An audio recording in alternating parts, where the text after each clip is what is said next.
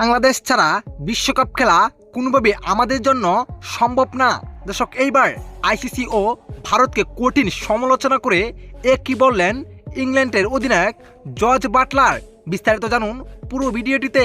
দর্শক, বিশ্বকাপ শুরু হতে গণা আর কয়েকদিন বাকি, এরপরে শুরু হয়ে যাবে বিশ্বকাপ। তবে এখনও বাংলাদেশের বিশ্বকাপ খেলার সম্ভাবনা ছিটেফোঁটেও নেই, যেখানে আইসিসি থেকে একেবারেই বাংলাদেশকে বিশ্বকাপ থেকে সরিয়ে দিয়েছেন এবং বাংলাদেশের বদলিতে স্কটল্যান্ডকে সুযোগ করে দেওয়া হয়েছে, যে বিষয়টি স্পষ্ট। তবে এখনও বিশ্বকাপ খেলার সম্ভাবনা রয়েছে বাংলাদেশের, তবে বলা যায় না শেষ পর্যন্ত কি হয়। এদিকে দর্শক, বাংলাদেশকে বিশ্বকাপ থেকে হাত দেওয়ার কারণে রীতিমতোই রেগে যান ইংল্যান্ডের অধিনায়ক জর্জ বাটলার, যেখানে তিনি বলেন, না না, বাংলাদেশ ছাড়া বিশ্বকাপ খেলা কোনোভাবেই সম্ভব না। আইসিসি এটি একেবারেই দুর্নীতি করেছেন বাংলাদেশের সাথে।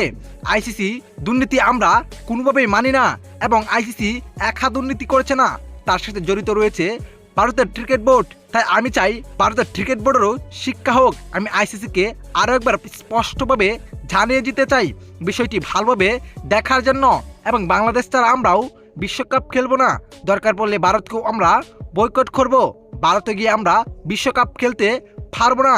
তো দর্শক, জর্জ বাটলার কি ঠিকই বলেছে? কি মনে হয় আপনার কাছে? অবশ্যই জানাবেন আপনার মতামত এই ভিডিওর কমেন্ট বক্সে। ধন্যবাদ।